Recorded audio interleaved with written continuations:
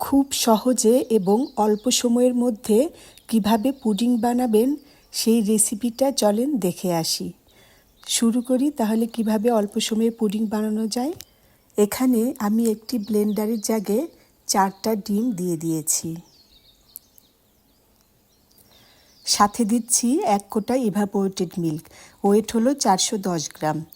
দুধ জাল দেওয়ার পরে যেমন ঘন হয়ে আসলে একটা কালার আসে না, ঠিক এই দুধটা সেই রকম। এবং সাথে দিয়ে দিচ্ছি 1/2 কাপ কনডেন্স মিল্ক। আমি প্রথমে 1/2 কাপ দিচ্ছি, যদি পরে লাগে আমি অ্যাড করব।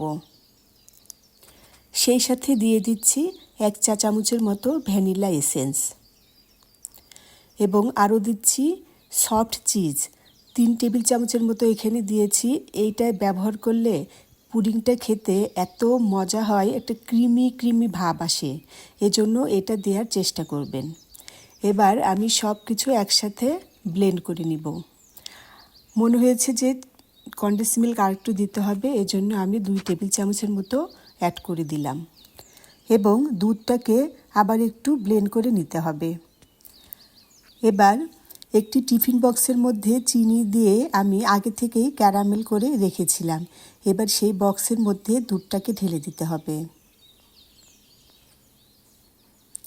এবার সেই বক্সের ঢাকনাটা দিয়ে আমি প্রেসার কুকারের মধ্যে এই বক্সটা ঢুকিয়ে দেব। পানির পরিমাণ কিন্তু খুব বেশি না, জাস্ট অল্প একটু পানি দিতে হবে এবং প্রেসার কুকারের ঢাকনাটা দিয়েই 6 থেকে 7টা হুইসেল উঠলেই আপনি চুলাটা বন্ধ করে দিবেন। পুডিংটা পুরোপুরি ঠান্ডা হয়ে গেলে এবার মোল্ড আউট করে নিতে হবে। ঠিক এইভাবেই অল্প সময়ে এবং খুব সহজেই প্রেসার কুকারে পুডিং বানিয়ে নেওয়া যায়। পুডিংটা খেতে কিন্তু অনেক মজা হয়েছিল। আর আমার রেসিপিটি যদি ভালো লেগে থাকে তাহলে অবশ্যই বাসায় ট্রাই করবেন আর আমাকে কমেন্ট করে জানাবেন আপনাদের কেমন লেগেছে। আজকে এই পর্যন্তই, ভালো থাকবেন। আসসালামু আলাইকুম।